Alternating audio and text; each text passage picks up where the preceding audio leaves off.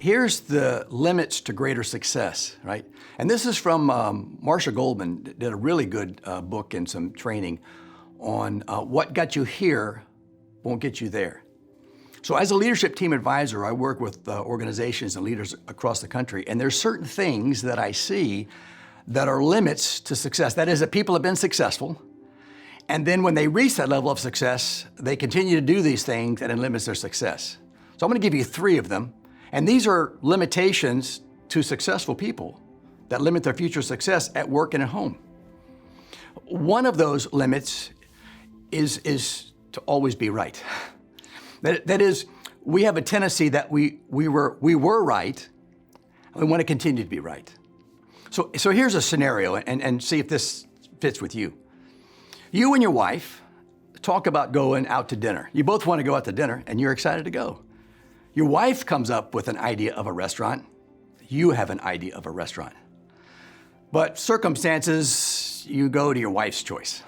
I mean, you know, how magnanimous of you, right? You let your wife choose a restaurant you go to, and you go to this restaurant that she chose, that you agreed to, and it's not a good experience, right? The water glasses, they don't get filled up very fast, and maybe the meal wasn't as good as it had been in the past.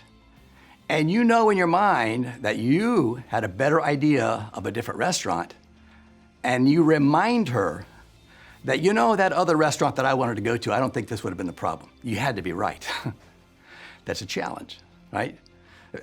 As opposed to just enjoying the moment, you went along with the decision. Another challenge is that we've got to continually add value. And that's a challenge that a lot of successful people have, right? At work, at home, at church. That when we see something that someone has done and we think, you know what, it could be done a little bit better, and we add value to it, we make it a little bit better. Somebody brings you something in writing and you add your red marks to it, guess what? It's not theirs anymore, now it's yours.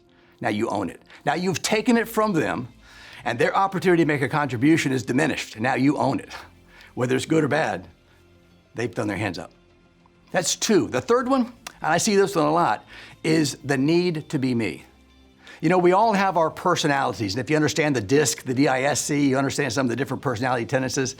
And so one of the things I see in successful people is that they've got these weaknesses, they've got these areas of limitation in how they come across to people, and the reaction is, well, that's just how I am. I need to be me. Well, guess what? That ain't working.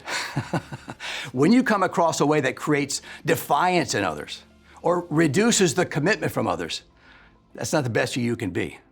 So sometimes you don't need to change who you are, but you need to do the same thing, but just do it a little differently. So be careful that you're not always having to be right. Be careful that you're not always adding value when your value is insignificant to what's already there. And be careful that you're not who you are, even when it's a bad you, right? Make sense? All right.